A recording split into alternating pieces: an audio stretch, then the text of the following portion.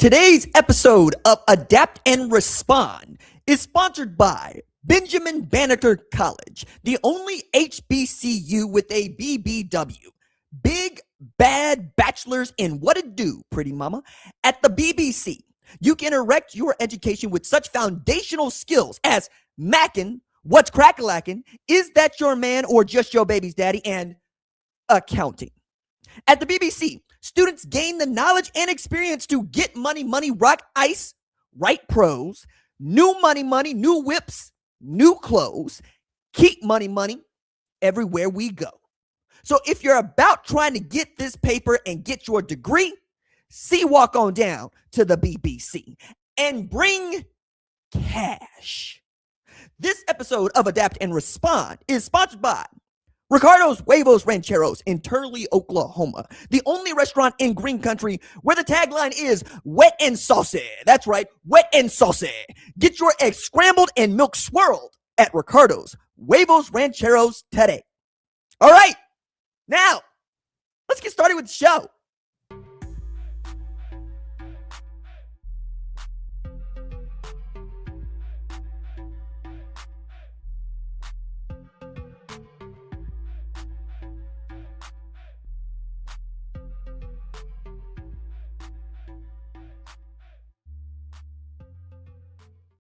What's up, kid folk? It's RJ Young. I am not on a step mill. If this is your first time watching Adapt and Respond, thank you for joining us here. We talk college football year round. If you're into that, join the more than 162,000 subscribers to the Adapt and Respond College Football Podcast YouTube channel, and or you can listen to us on the Spotify's, on the Apple's, if that's what you prefer. But as always, this is a video first podcast, and we're going to have YouTube's exclusives all the time. So it's in everybody's interest that you subscribe to all of our platforms, just so you can get it in whatever way you desire. Today on the show, I want to talk a little bit about Notre Dame joining the spending spree at the top of college football, how much money they are reportedly spending on their roster this season, who is also in their weight class, and what it is doing to college football at large. Also, Jeremiah Love could have ended up at USC this whole time.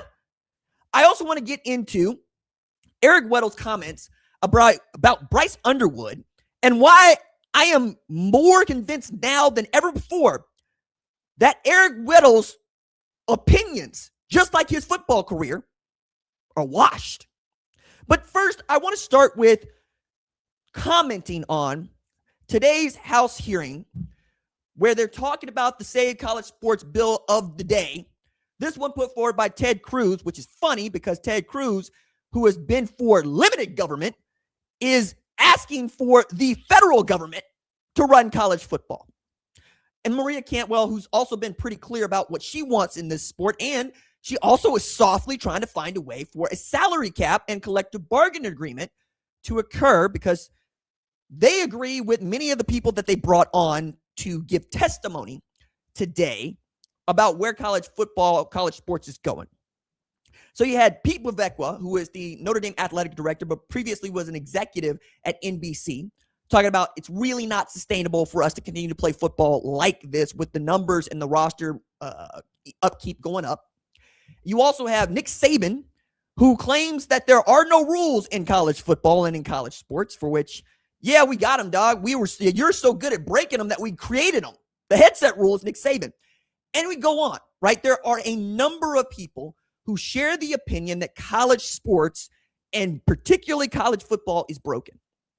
They believe with their whole heart that college football is headed toward a disastrous financial moment. However, TV ratings have never been higher. And why are high TV ratings important? One, that's how many people are actually watching the sport. Two, you can charge more for ad reads like Huevos Rancheros and Benjamin Banneker College if you have higher ratings. And three, these are all things that are occurring in large part because of name, image, and likeness, in large part because of the college football playoff extending from 4 to 12, and I hope soon to 24, and because Nobody who is actually making any kind of money doing this wants to be in charge of turning off the money. And that's what you eventually have to do. Now, as a fan, I think people are all over the map on this one, right? You have people that do not like how much players are getting paid, and they do not like that they are hearing it could cripple their sport and change the way that college football is consumed. And I think that part right there is the one that everybody has a difficult time putting their finger on, but that's why your man's got a background in rhetoric and writing to try to make what seems obfuscated clear. And what is clear to me is that people are very much scared of losing what they think of as tradition. They are very scared of losing what they think of is the soul of college football in particular. I'm going to stick to college football for the most part here because I don't want it to get too off the rails. But it used to be very cool to play for a postseason opportunity. That was it. Because there weren't that many bowls to play in, number one. And number two, you had to be pretty damn good to qualify in the first place. That bar was lowered 20 friggin' years ago when college football decided it wanted to play 43 plus bowl games and invite anybody to a bowl game that was mediocre, not excellent, 6-6, and in some cases 5-7 if you got good grades. The prestige of playing the postseason lost its luster a long time ago. But on the other side of that, you also had a college football that was not concerned about who the undisputed national champion was. But we are. And they tried to put this on television, but television is generally giving the public what it wants. And what the public wants is a title fight. It's why we introduced the BCS after the Bowl Alliance and why we introduced the college football playoff. Because, number one, you want to know who the champ is. Number two, you don't want to argue about who the champ is. And number three, you want to see the best teams play each other. Where the college football playoff kind of lost people is you would have a fourth team, let's call it Oklahoma, let's call it Cincinnati, that would get in there that clearly wasn't as good as the other three teams. So you extend the field to try to balance it a little bit. And I think that works by and large because it works at the FCS level where they have a 24-team playoff and have for damn near 10 years now. And it's basically been the North Dakota State and South Dakota State show. It has not generally changed who wins the national championship. But it does ensure that everybody that should get an opportunity to play does.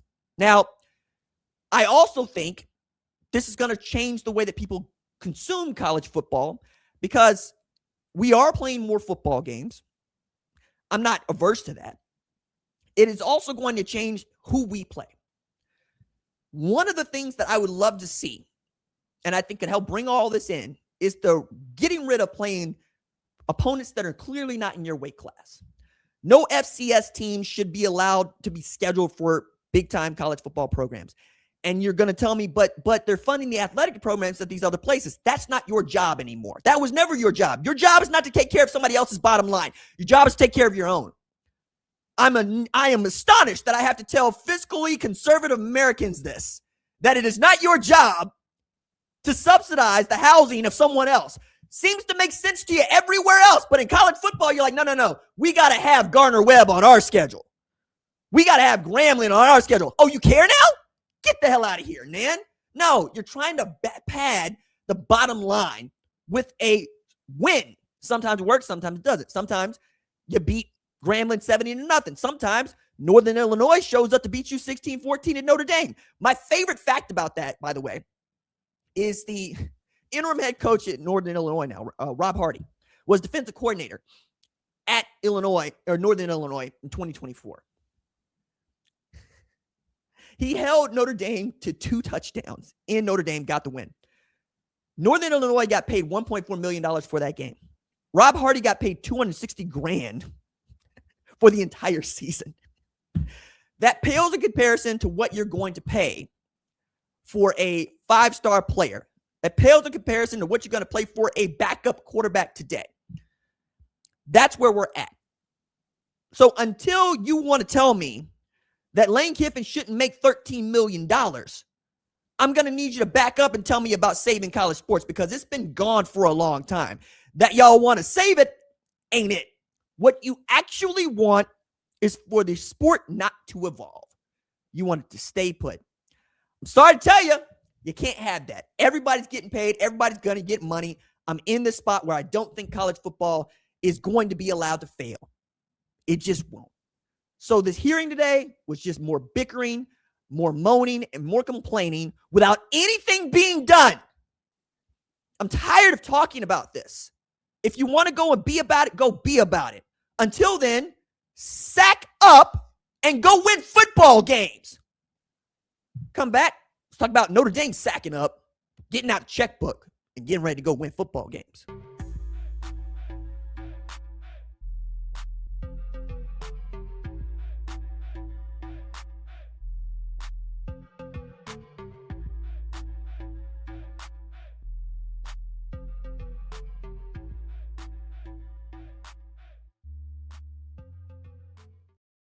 Back on Adapt and Respond with me, RJ Young. If you are new to the channel, consider joining the more than 162,000 subscribers to Adapt and Respond, a college football podcast. And you can consume us on Spotify and Apple, wherever it is you get your audio. But as always, we're going to be video first. We're always going to have YouTube exclusives. Answer this question in the comments below if you are subscribed. Do you think Notre Dame will win its first national championship of any kind since the early 1990s, 1993? Skip Holtz, come on down. I think Notre Dame is doing what Notre Dame has done for the past quite literally 2 decades. Be very good and do just enough to continue to maintain a spot in this conversation we have around the college football national championship. I say college football national championship because BCS, they're around for it. Bowl Alliance, they're around for it. And obviously, the 4-team and the 12-team playoff, they're around for it. They're in the mix every year. We always talk about them. And as much as I genuinely hate Notre Dame being an independent, unaffiliated, a GDI, it is one of the most moneyed institutions in the entire sport. A lot of money coming in Notre Dame. And it attracts the kind of player that both wants to play professional football and be a professional. You don't see too many Notre Dame players eager to transfer, not unlike some of the other great places in college football, Ohio State, Alabama, Georgia, Texas. Usually you're being shown the door, right?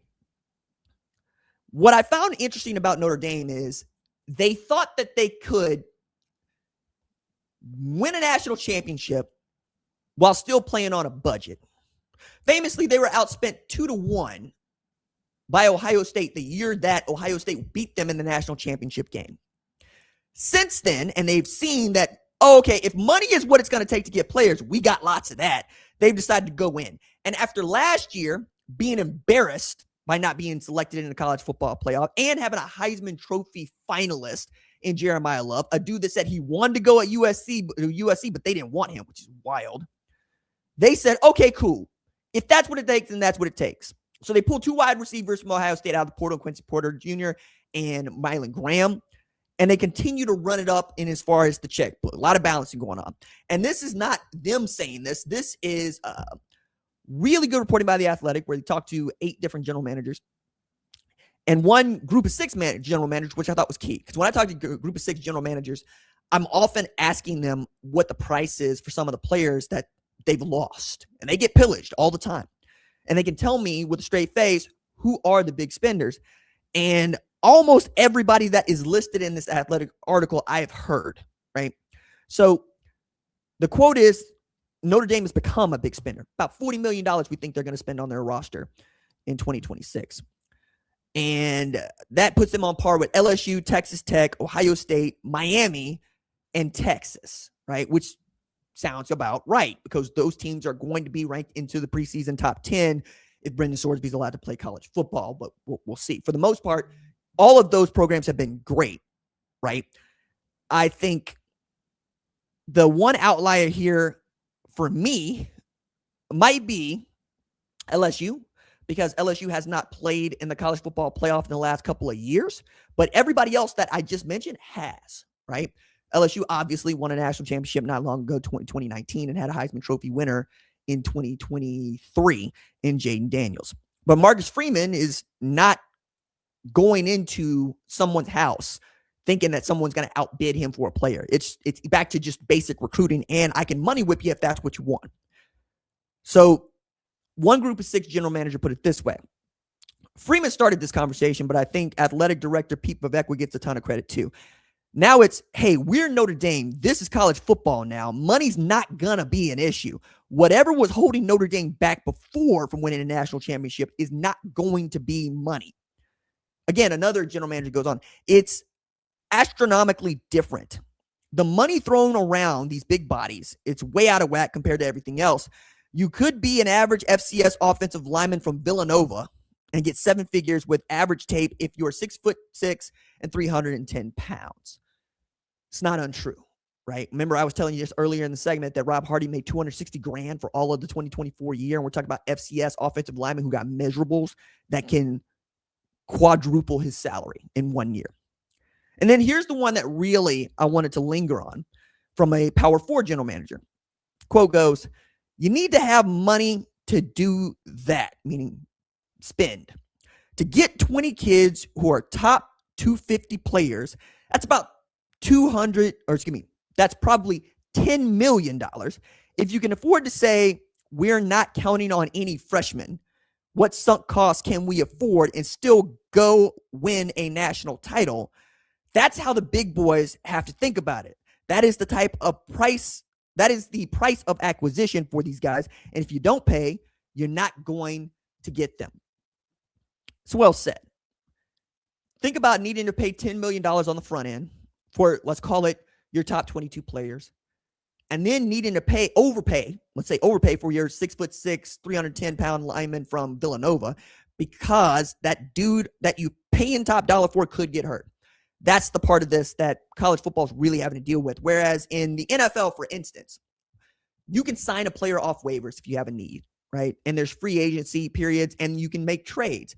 In college football, your roster is your roster and you are capped at 105 players.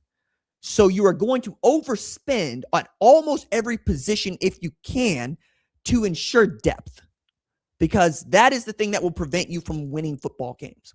Injuries, 100%. So when the quote is given, and I do believe it, I think it's important, that it's about spending $10 million on the front end. And then what sunk cost can you afford? Then you're really pricing out most of college football. But to be quite honest and fair about this, we don't expect most college football programs to play for the national championship. We could expect them to compete, and we expect them to have great seasons. And if you introduce a salary cap and a collective bargaining agreement, perhaps you get closer to something like parity. But the NFL ensures this by doing its draft. It penalizes its best team every single year. Okay, you finished at the front, so you pick last. And it incentivizes its worst teams. Okay, you finished at the back, so you get to pick first. This is why tanking has become a problem in professional sports. You're not going to have it both ways, is what I'm saying. Every decision you're going to make to try to, quote, fix college football is going to have its give and take. There will be pitfalls. What you are trying to do is, at the very least, simulate fairness. Simulating fairness means more teams are considered for the tournament, right? NCAA went from 32 teams in the 80s to 64 to now 76 teams in the NCAA men's basketball tournament, women's basketball tournament. We all agree that maybe 8 of those teams got a chance to win the whole damn thing. Everybody else is just in it because, well, we like the tournament and getting there is an achievement. When it becomes an achievement to make the college football playoff, and it becomes much more palatable to pay to be there. And the thing about college football that most people tend to forget is that this money that's being spent on players is donor money. It's not coming directly from the revenue share. Yeah, that's putting a hurting on your universities because they're having to come up with money they didn't have to come up with before. But when it comes to signing somebody new that is overpriced, University of Michigan doesn't go get Bryce Underwood. Larry Ellison does, one of the richest men on the face of the earth who's worth several $100 billion.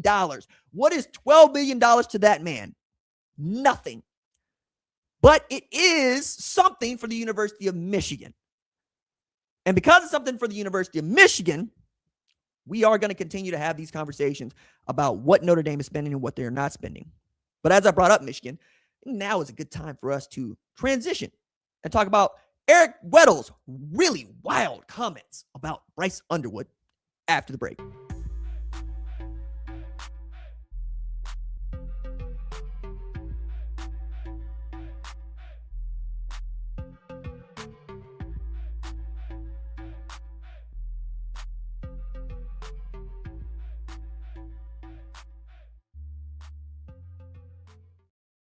back on Adapt and Respond with me, RJ Young. If you are new to the channel, consider joining the more than 162,000 subscribers to Adapt and Respond College Football Podcast. You can also get us on the Spotifys and on the Apples, but as always, we're going to be a video-first podcast, and we do YouTube exclusive all the time.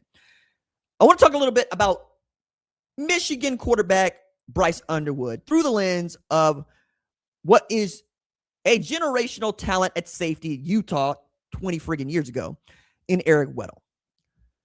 Eric Weddle lives in my memory as a Wildcat quarterback, right? Urban Meyer famously had that dude kind of playing both ways and made it cool to put your best athlete back, quarterback, harkening back to the Little League. It's just fun. And Weddle was a great player and came out of retirement to try to help the Rams win a Super Bowl, right? He's that good. He also played for Kyle Whittingham, who was defense coordinator for Urban Meyer on that Utah team when he's playing both ways. He went up to Ann Arbor to see Bryce Underwood and Michigan play a little football. And then he got on the mic with Michigan alumnus Rich Eisen to talk about what he said. And I'm sure when Rich Eisen first heard this, his expression was quite a bit like mine. When Eric Weddle says with a straight face into a hot mic, don't be surprised if the backup's playing early because that Underwood kid, I don't think he can throw or play quarterback.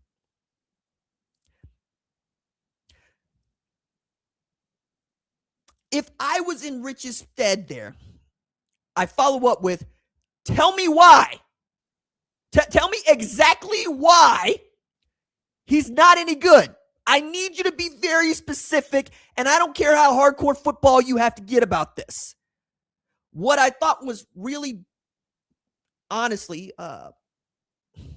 not cool is that he didn't, right?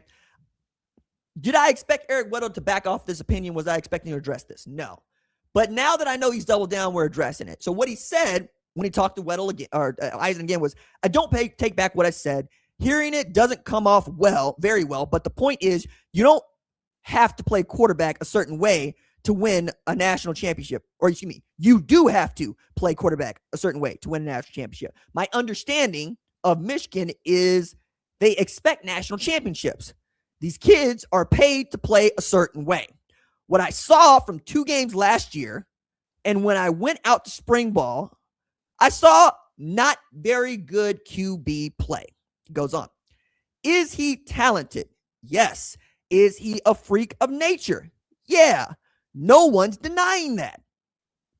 I'm not naive to that, but I do know what high-level championship quarterback play looks like. I tried stopping these guys my whole career. My expectation when I watch quarterbacks is, can he lead this team to a national championship or not? That's Eric Weddle. Okay? That's Eric Weddle talking about what he sees, or more importantly, doesn't see from Bryce Underwood when he got to see him in a couple of games in that practice earlier this year. My comeback for that is I did not know that I would have to put on my cape for Michigan fans. And I'm telling y'all, most Michigan fans are looking at me like, is RJ actually going to say something nice about us and defend us? Yeah, because this is ridiculous. Such a washed, dumb statement. Playing the position of quarterback in our sport is not as difficult as playing in the NFL. I think that part has generally gone without saying, but I'm going to say it again. Okay? I'm also going to add, it's been a very long time since Eric Weddle played college football, and he sees a lot of great quarterback play in the NFL and has, and not for nothing, Matthew Stafford, reigning offensive player of the year, MVP, that's the last guy he saw play quarterback on a day-to-day basis when he's playing.